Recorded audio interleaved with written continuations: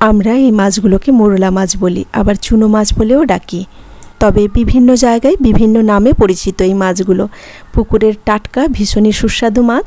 মাছগুলো আজকে হাতে মাখা মশলা দিয়ে রান্না করব। ভীষণই একটা সুস্বাদু রেসিপি, আর রেসিপিটা যতটাই সুস্বাদু ততটাই সহজ, খুবই অল্প সময়ে বানিয়ে ফেলা যায়। তো চলুন আর কথা বাড়াবো না, রেসিপিটা শুরু করি। এখানে 250 গ্রাম মাছ রয়েছে। মাছগুলোকে ভালো করে ধুয়ে পরিষ্কার করে নিয়েছি।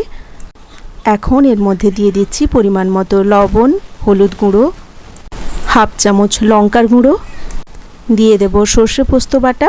1 চামচ সাদা সর্ষের মধ্যে 1 চামচ পোস্ত দিয়ে ভালো করে পেস্ট করে নিয়েছি। একটু বেশি পরিমাণে পেঁয়াজ কুচি দেব।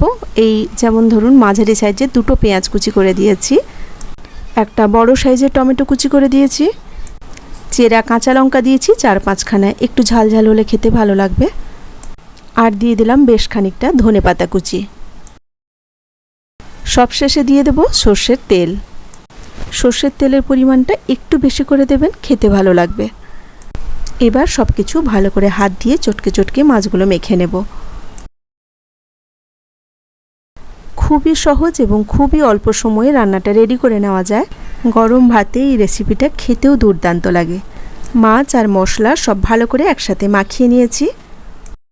গ্যাসে একটা কড়াই বসিয়ে দিয়েছি, দিয়ে দিলাম সর্ষের তেল। এখন তেল খুব একটা বেশি দেওয়ার প্রয়োজন নেই, অল্প তেল দিলেই হবে। সর্ষের তেলে দিয়ে দিলাম হাফ চামচ কালো জিরে। তবে কড়াইটা কিন্তু খুব ভালো করে গরম করে নেবেন, তারপরে সর্ষের তেল দেবেন। তেলটা ভালো করে চারিদিকে মাখিয়ে নিয়েছি। তেল থেকে প্রায় ধোঁয়া উঠে গেছে। এই রকম অবস্থায় ওর মধ্যে আমি মেখে রাখা মাছগুলো দিয়ে দিলাম। গ্যাসের ফ্লেমটা একদম হাই রাখবেন। মাছগুলো দিয়ে একটু ভালো করে খুন্তি দিয়ে নাড়াচাড়া করে নেবেন। এতে কিন্তু একটাও মাছ ভাঙবে না। মাছগুলোকে ভালো করে নেড়েচেড়ে নিয়েছি। এবার একটা জায়গায় মাছগুলোকে গুছিয়ে নিলাম। সর্ষে পোস্ত বাটার পরে যে মশলা ধোয়া জলটা ছিল, সেই জলটা আমি চারিদিকে দিয়ে দেব।